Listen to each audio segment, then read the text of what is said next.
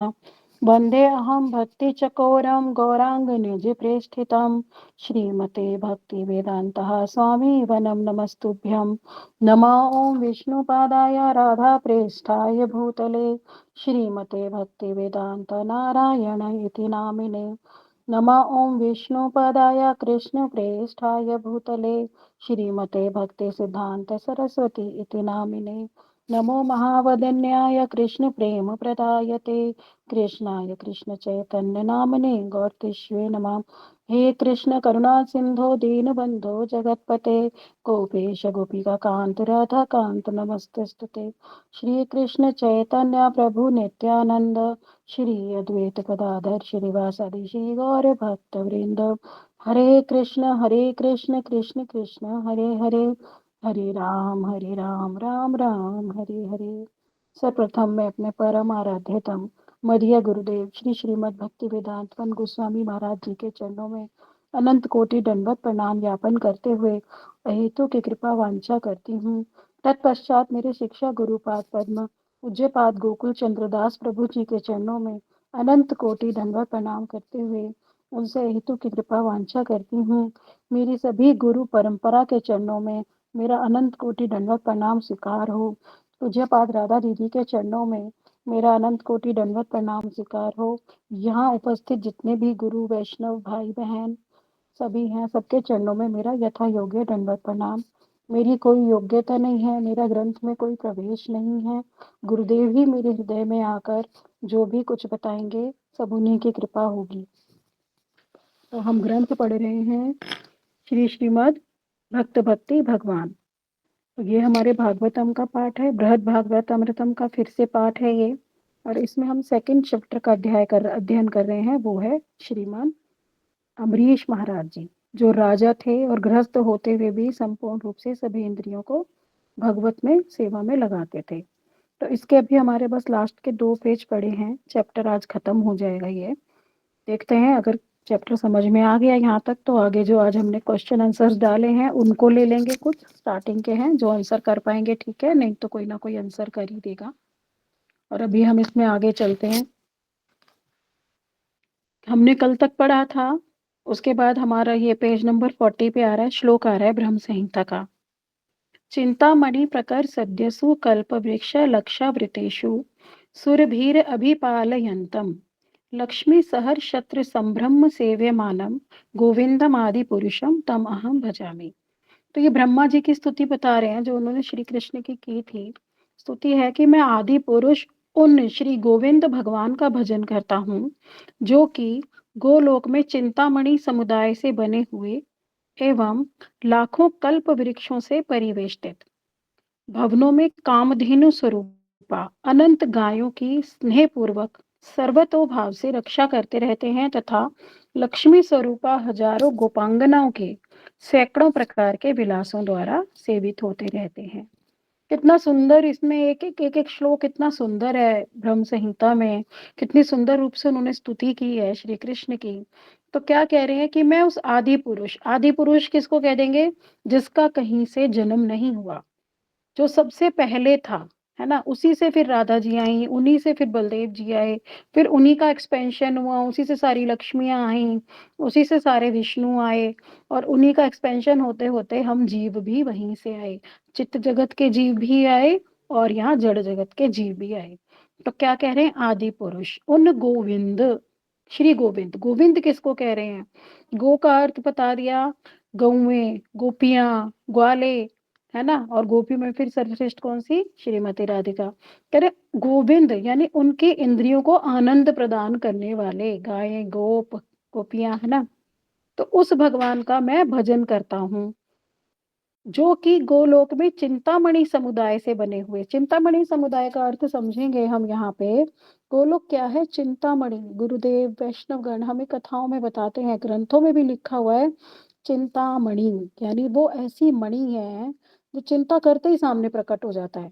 अभी हमने सोचा और अभी सामने आ गया, अभी हमने सोचा और अभी सामने आ गया। हम सोच रहे ये तो मैंने सोचा ही था, शायद हम कुछ और भी सोचते तो वो भी अभी प्रकट हो जाता। देखो इतना तो हमारे जड़ जगत में हमारे साथ भी होता है ना, कि कभी हम परिक्रमाओं में होते हैं या गुरुदेव के पास होते हैं, कहीं पे भी होते हैं या घर पे भी होते हैं, तो कभी कभी होता है कि हम सोचते हैं और सोच पूरी भी नहीं हो पाती कि वो चीज एकदम से सामने आ जाती है। हम सोचते हैं अरे ये कैसे हो गया, अभी तो मैंने ये सोचा ही था, कहाँ से चल के आ गई ये वस्तु, है ना। पर जो गोलोक है ना, वो एक एक चीज बस, जो भी है वो सब कुछ राधा और कृष्ण की इतनी प्रकार से सेवा, वहां की मिट्टी भी सेवा करती है, वहां के पक्षी भी सेवा करते हैं, वहां के वृक्ष भी सेवा करते हैं, वहां के पुष्प भी सेवा करते हैं। अभी शायद मैंने पीछे बताया भी था कि अभी गुरुदेव से मैंने अभी युगल गीत की गुरुदेव क्लास ले रहे थे, अभी कंप्लीट हो चुका है वो, उसका मैंने डाल भी दिया है यहाँ ग्रुप में लिंक, जिनको श्रवण करना होगा युगल गीत वो भागवतम लेकर श्रवण कर लेंगे। तो उसमें भी गुरुदेव ने बताया था कि किस प्रकार से सारी की सारी, अब यहाँ बोल दिया कल्प वृक्षों से गोलोक में चिंतामणि समुदाय। अब चिंतामणि समुदाय यानी ग्रुप, ग्रुप ऑफ कि सब चीजें ही कृष्ण की सेवा में लगी हैं, सब उन्हीं की उसको इच्छा को पूरी करने में लगी है ना। वहां तो एक कहते हैं ना, जैसे एक विपरीत भाव होता है, एक शेर हो गया या एक सर्प हो गया, तो वो भी वहां पे उनका शत्रु भाव नहीं है, वो भी राधा और कृष्ण के मिलन में ही सेवा कर रहे हैं। तो वो किस प्रकार से सेवा करते हैं, कि जैसे बड़ी सुंदर सी लीला बताई जाती है कि जैसे कि राधा जी एक बार को उनको इतना दुर्जयमान हो गया, दुर्जयमान यानी जिस मान को कभी जीता ही नहीं जा सकता, तो उन्हें ऐसा दुर्जयमान हुआ कि वो जीत, कृष्ण परेशान हो गए कि मैं हाय अब राधा जी को कैसे मनाऊं, है ना। तो राधा जी क्या हुआ, रूठ के जा रही थी, पगडंडी सी थी, एक पतली सी पगडंडी, अंधेरा हो रहा है, रात्रि हो रही है, घना अंधकार, और राधा जी उस पे कृष्ण से रूठ के जा रही हैं, कृष्ण पीछे खड़े हैं, तो पौर्णमासी जी क्या करती हैं कि वहां पर सर्प को प्रकट कर देती हैं, ऐसा लाल लाल उसकी आंखों से जीभ लपलपा रही है और बस ऐसे फन कर रहा है वो कि अभी वो डस लेगा। तो राधा जी डर के एकदम जाके वापस कृष्ण के आलिंगन कर लेती हैं, तो क्या हुआ, उनका मान फिर वहां पे नष्ट हो जाता है। तो कह रहे इसी प्रकार से कोई अगर डराने वाली भी वस्तु है ना जो डरा रही है, तो वो भी क्या कर रहा है, भगवान की सेवा कर रहा है। तो मैंने गुरुदेव से यहाँ प्रश्न किया था, मैंने कहा गुरुदेव तो वो किसके अनुगत्य में सेवा करते होंगे, जो वहां पे सर्प के रूप में जा रहे हैं या वृक्ष के रूप में जा रहे हैं। हाँ बबीता दीदी पूछिए प्रश्न।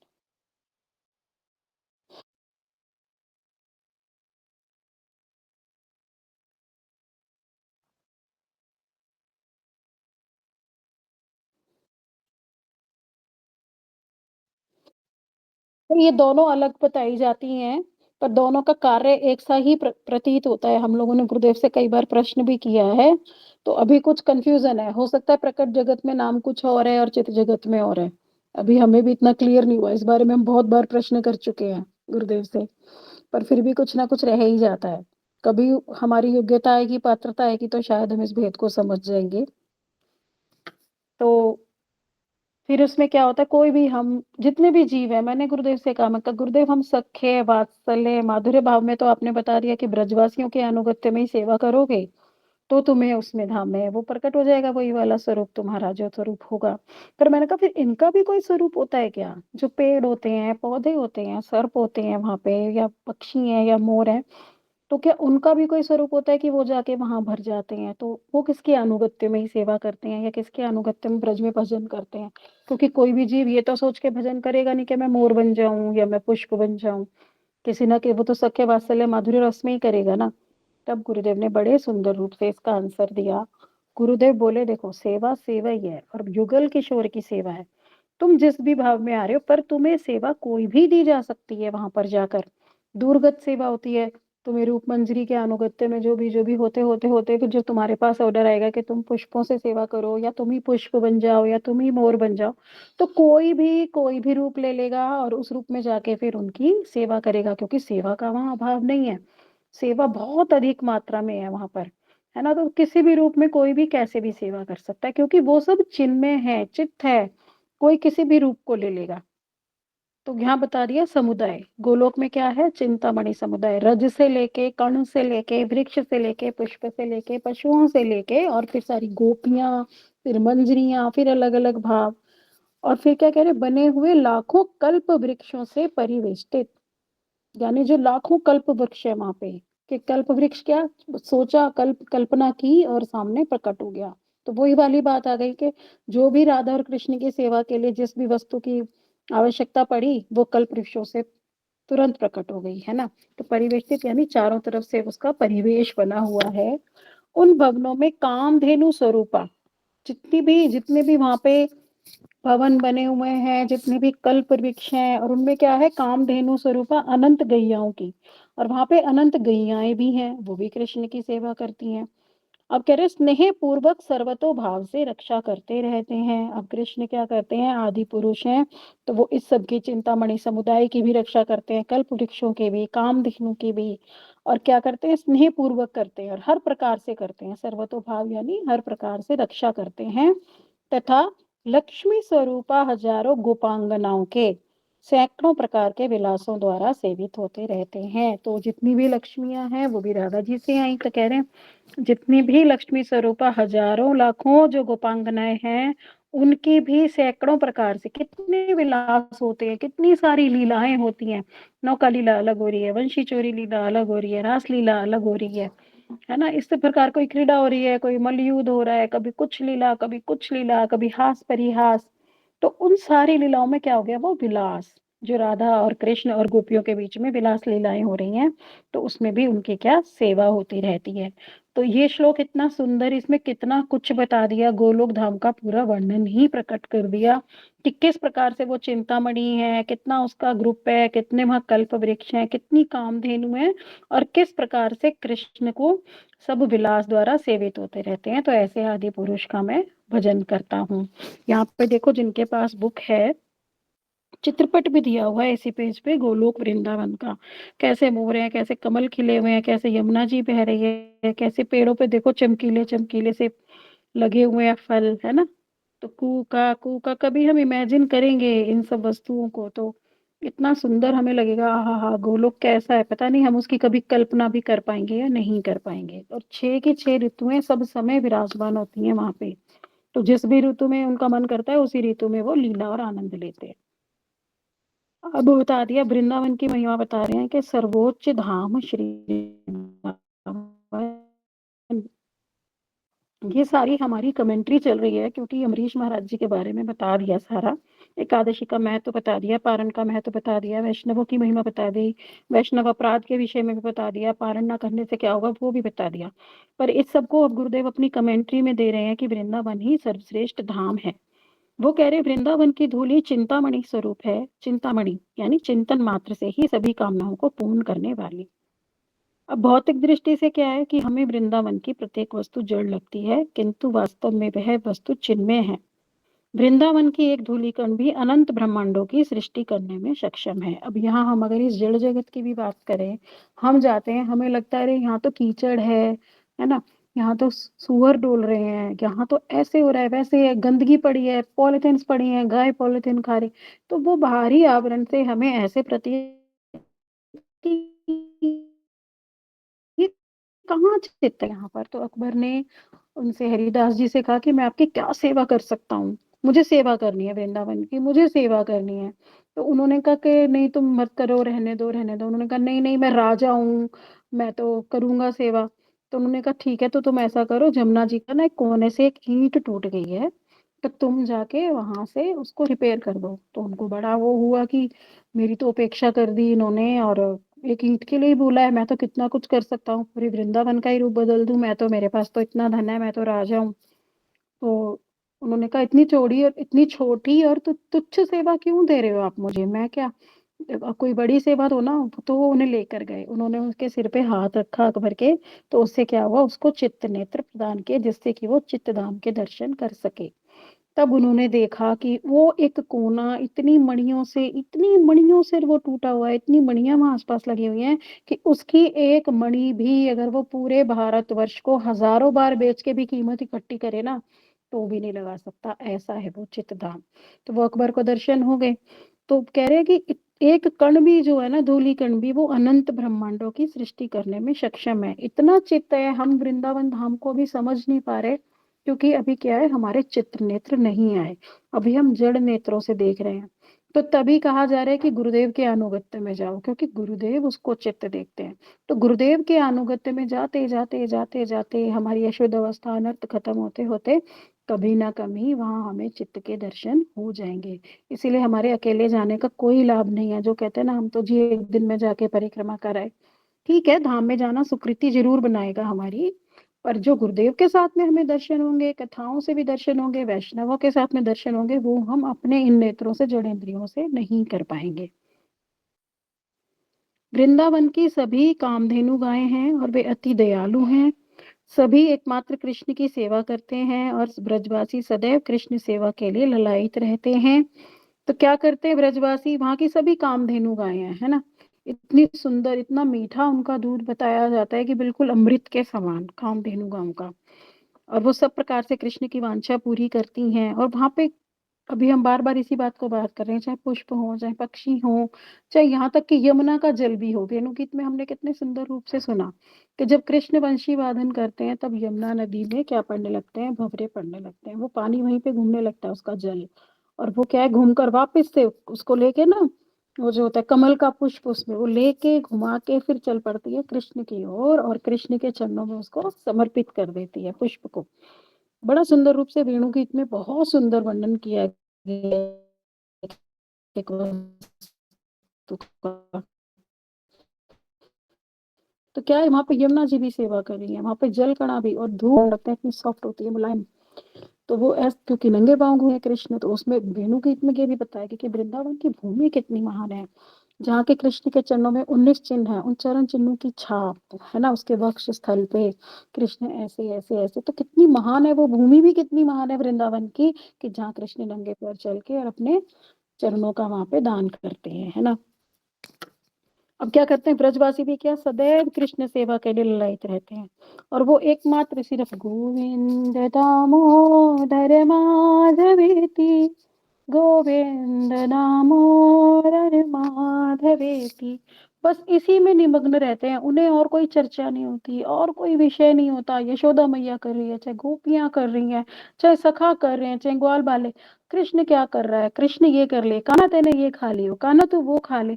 इस तरह से बस उनका सब समय कान्हा कान्हा कान्हा, उनकी चर्चा का विषय क्या रहता है, कान्हा, और सेवा भी किसकी, कान्हा की। तो इसीलिए कह रहे हैं कि उनकी प्रत्येक क्रिया किसके लिए होती है, गोविंद की प्रसन्नता के लिए। इसीलिए वृंदावन धाम सर्वोच्च धाम है। और इसमें क्या, कौन कौन से भाव हैं, दास्य, सख्य, वात्सल्य और माधुर्य। और इसमें क्या है, भिन्न भिन्न भावों के आस्वादन हेतु गोलोक में अलग अलग प्रकोष्ठ हैं। तो लोक के भी अगर हम देखेंगे ना, हमने जब ब्रह्मांड का चार्ट किया था, तो उसमें गोलोक के भी ऐसे देखो, ऐसे पुष्प बना हुआ था ना हमारा, तो उसमें भी क्या है ना, पत्तियां जो बनी हुई हैं, जो गोलोक है उसके भी प्रकोष्ठ हैं, कहीं दास्य है, कहीं सख्य है, कहीं वात्सल्य है, अलग अलग लीलाओं के अलग अलग प्रकोष्ठ हैं। और क्या करते हैं वहां, सभी का हृदय कृष्ण के नाम गुण व लीला के प्रति आकर्षित रहता है। सुखदेव गोस्वामी महाराज जी कह रहे हैं राजा परीक्षित से, कि ब्रजवासियों की महिमा बताते हुए कह रहे हैं कि जो गोविंद, जितने भी वहां पे ब्रजवासी थे, वो प्रेम में विभोर होकर क्या करते थे, गोविंद दामोदर माधवेति, जब वो दही मथ रहे हैं तब भी दही मत्ते मत्ते गोपियों के अश्रु के आते थे, कपोलों पर आ जाते थे। और विरह में, विरह कब होता था उन्हें, जब कृष्ण कहाँ चले गए, गोचारण को चले गए। अभी युगल गीत में वही आ रही है सारी लीला, के कृष्ण गोचारण को चले गए, जब गोपियां कृष्ण की लीला का वर्णन कर रही हैं कि कैसे है कृष्ण, कैसे वृंदावन धाम है, कैसे कृष्ण वहां कृपा कर रहे हैं, कैसे पेड़ भी दर्शन कर रहे हैं, हिरनियां भी कर रही हैं, और हम देखो हम वंचित हो रही हैं। तो उन्हें इतना विरह हो रहा है कि स्नेह के कारण उनका हृदय द्रवित हो जाता है प्रेम में।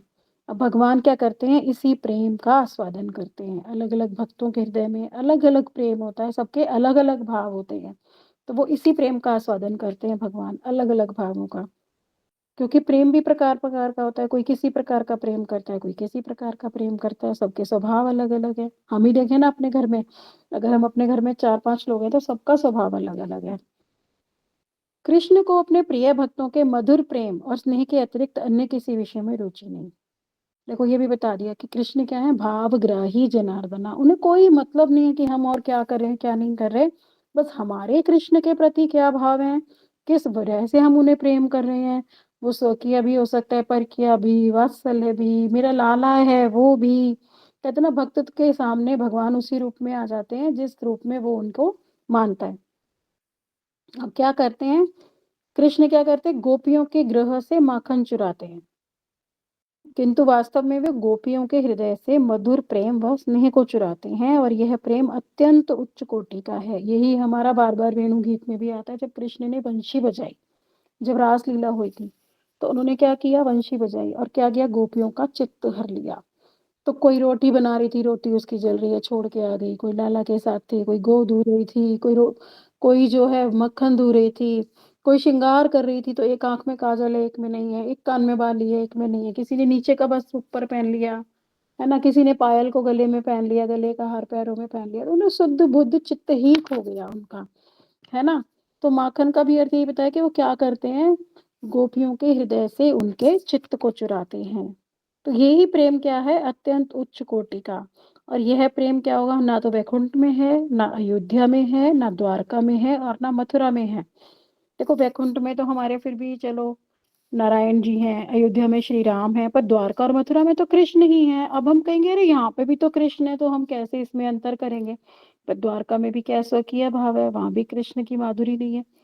और मथुरा में भी क्या है कुछ मात्रा में माधुर्य है, पर वहां भी तुम्हारा गोपियों वाला भाव नहीं है, ना लौकिक सद्बंधुवत प्रीति है। द्वारका और मथुरा में उन्हें भगवान ही माना जाता है, उन्हें ये नहीं माना जाता कि ये मेरा लाला है या ये मेरा सखा है। तो क्या कह रहे हैं, यहाँ पर हमें कहीं भी नहीं मिलेगा ये वाला प्रेम। ये क्या है, एकमात्र श्री वृंदावन धाम में ही है। तो श्री बिल्व मंगल ठाकुर जी ने अपने श्री चौराग गण्य पुरुष अष्टकम में भी कहा, व्रजे प्रसिद्धं नवनीतचोरं गोपाङ्गनानां जदुकुलचोरम् अनेकजन्मार्जित पापचोरं चोरांगनाय नमामि। तो क्या चोर के बारे में बता रहे हैं गुरुदेव भी, बड़ा सुंदर इस वाले इसका वर्णन करते हैं। बिलमंगल ठाकुर जी ने इतना सुंदर गाई, हमारी ब्रज में ब्रज इसमें गीति कुछ में है ये वाला पूरा, बहुत अच्छा भजन है, तो संस्कृत में है ये। तो कह रहे हैं ब्रज में जो प्रसिद्ध है ना माखन चोर, उसको क्या है, नवनीत चोरम भी, ये नवनीत चोरम तो हो गया माखन चोर।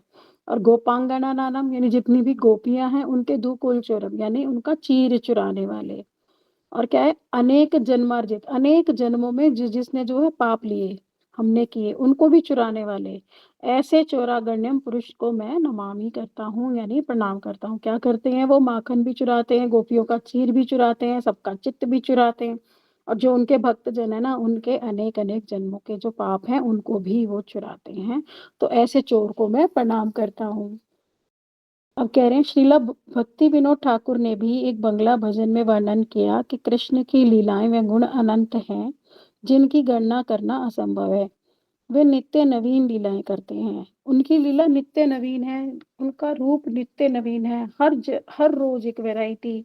तो राधा जी को तो ये लगता है कि मैंने तो कृष्ण को कभी देखा ही नहीं, मैंने तो कभी कृष्ण के दर्शन ही नहीं किए।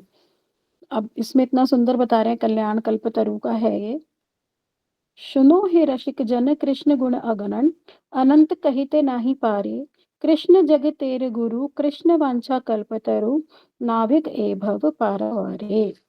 तो कह रहे हैं हे भक्ति रस के रसिक, तुम कृष्ण के उन अनगणित गुणों का सेवन करो, श्रवण करो, जिसका वर्णन स्वयं अनंत देव भी नहीं कर पाते। अब यहाँ पे हम समझेंगे अनंत देव कौन है। हमने जो उस दिन ब्रह्मांड का चार्ट किया था ब्रह्म संहिता के अनुसार, उसमें हमने सबसे नीचे क्या देखे थे, अनंत देव, दिन के सैकड़ों अरबों खरबों सिर हैं, जिसके ऊपर ब्रह्मांड राई के दाने के बराबर पड़े हुए हैं, और हम उन्हीं ब्रह्मांडों में हम रह रहे हैं, है ना। तो उनके इतने अनंत हैं, वो कृष्ण की लीलाओं का सब समय वर्णन करते रहते हैं, क्योंकि किस ब्रह्मांड में कौन सी लीला हो रही है, एक मुख उनका वो वर्णन कर रहे हैं, फिर दूसरे में दूसरी नवीन लीला है, तीसरे में तीसरी, चौथे में, और ऐसे खरबों अरबों ब्रह्मांड है। तो वो उसकी लीलाओं का वर्णन करते हैं इतनी, फिर दूसरी लीला शुरू हो जाती है, फिर तीसरी, तो वो वर्णन करने में असमर्थ है। इतनी अनंत लीलाएं हैं ना कृष्ण की, अलग अलग ब्रह्मांडों में अलग अलग लीलाएं हो रही हैं, रोज नित्य व नवीन लीला हो रही है। तो कह रहे अनंत देव भी जिसका वर्णन नहीं कर पाते, तुम कृष्ण के उन अनगणित गुणों का श्रवण करो हे रसिक भक्तजन। कृष्ण स्वयं जगत गुरु हैं, इस जगत गुरु को भी हम समझेंगे, क्योंकि हमने समझ लिया कि कई बार हमें ग्रंथों में बताया कि कृष्ण ही गुरु के रूप में हमारे पास आते हैं, है ना। कृष्ण का ही एक रूप होते हैं हमारे गुरुदेव, तो वो हमें आते हैं यहाँ से ले जाने के लिए क्योंकि ऑलरेडी तो फिर सभी के एक्सपेंशन है, राधा जी का हृदय है, राधा जी फिर अपनी मंजरियों को भेजते हैं। तो सब कुछ क्या है कृष्ण से ही आ रहा है। तो वो ही जगत गुरु हैं और वे सभी वांछित फल का दान करने वाले कल्पदेव कल्पतरु स्वरूप हैं। कल्पतरु यानी तरु यानी वृक्ष और कल्प यानी कल्पना। तो क्या है जो भी कुछ भक्तों की इच्छा होती है उसको वो सब कुछ एक कल्पतरु है और उनको वो सब प्रदान कर देते हैं। और वे ही इस भवसागर से पार करने वाले केवट हैं। तो वो ही क्या करेंगे? केवट कौन होता है? जो बोट को चलाता है। कह रहे वो ही हैं ऐसे केवट जो हमें इस भवसागर रूपी इससे तार देंगे, गुरु रूप में भी आएँगे। फिर हमें आके यहाँ पे लीलाएँ भी दिखाते हैं। लीलाओं से भक्तों का जो हृदय है वो उनके प्रति आकृष्ट होता है। और जब प्रकट लीला में हम जाते हैं, तो वहाँ पे हम जाकर उनके अनुगत्य में सेवा करेंगे, संग करेंगे, तब कहीं जाके हमारी जो है गोलोक धाम में हमारा प्रवेश होगा। तो कितना कुछ गुरुदेव करते हैं, कितना कुछ कृष्ण करते हैं, कितना कुछ ब्रज धाम में होता है कि धीरे, धीरे, धीरे प्रोसेस करते, करते, करते कभी हमारा प्रकट लीला में प्रवेश होगा, तब हम यहाँ पे लीलाओं का आस्वादन करेंगे और तब कहीं जाके गोलोक में जाएँगे।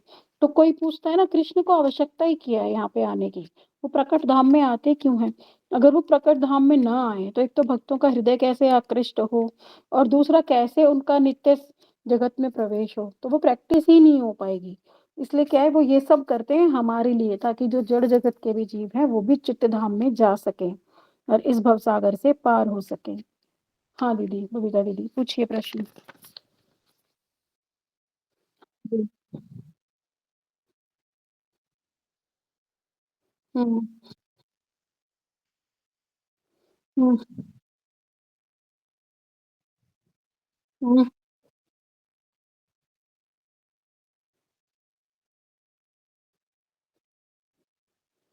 नहीं देखो इस चीज़ को हम वो नहीं कर पाएँगे स्पेसिफ़ाई क्योंकि कल्पतरु कहा तो उसे जाता है कि कल्पना करी और मिल गया।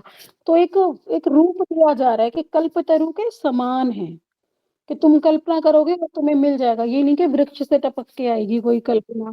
नहीं, ऐसा नहीं है, वो तो तुम अभी भी कुछ ना कुछ एक्सपीरियंस है हम सभी लोगों का, अपने-अपने भजन के अनुसार कि कभी ना कभी तो हमारे साथ भी ऐसा ही होता है कि हम सोचते हैं और वो हो जाता है ना? तो कोई वृक्ष थोड़ी होता है वहाँ जो टपक जाता है। ये हरिनाम भी कल्पतरु है, हरिनाम भी चिंतामणि है कि चिंता करा और मिल गया, है ना? तो तो वो सारी चीज़ें हैं, बहुत सारे भक्तों के साथ भी एक्सपीरियंस ही है कि मैंने तो देखा है कि वो क उनके पास जैसे किसी वस्तु का अभाव है, उनका कोई काम हो नहीं रहा, है ना? तो वो बैठ गए भजन करने, करते रहे, करते रहे, करते रहे, करते, करते, करते, करते एकदम से न्यूज़ आई कि उनका ये काम हो गया, कौन कर गया पता नहीं है ना? तो कल्पतरु तो ये है, अगर तुम 100% सरेंडर के साथ बैठोगे ना कि मेरा ये काम हरि नाम से हो जाएगा, तो हो जाएगा। पर होना चाहिए 100 99.99 नहीं होना चाहिए विश्वास। करके देख लेना, मैंने तो बहुत भक्तों के जीवन में देखा, जो असंभव था वो भी संभव हो गया।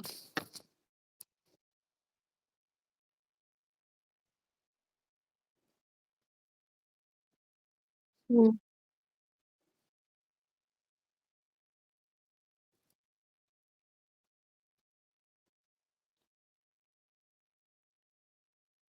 हाँ, बिल्कुल हाँ, तो ये वाली कथा भी तो हमने सुनी है ना मनचंगा तो कटौती में गंगा, है ना?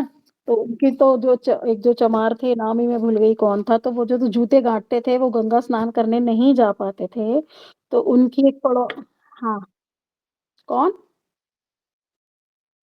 हाँ, वो मुझे नाम अभी याद नहीं है, होगा यही। तो हाँ, तो फिर वो जो अंगूठी गंगा जी में खोई थी, वो उनकी कटौती में प्रकट हो गई, है ना? वो तो है ही। हाँ, बिल्कुल, तो जो मानसिक सेवा है, उसका भी पूरा महत्व है। वो तो पता है, जैसे एक भक्त की तो उँगली भी जल गई थी, खीर बनाई उसने मन ही मन। तो भाव का तो मेन है कि अगर हमने मान लिया ना कृष्ण सामने बैठे हैं, तो वो है ही वो। उसको हमें मानना ही पड़ेगा कि वो है और वो प्रकट में लीला हो जाती है। हृदयगत भाव होने चाहिए बस हमारे।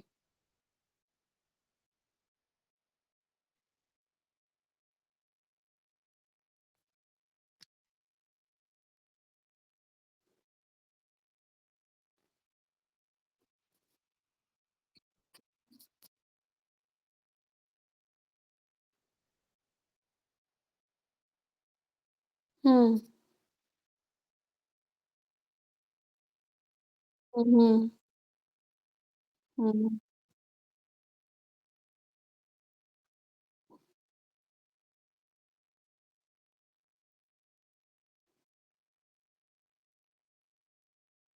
हुँ।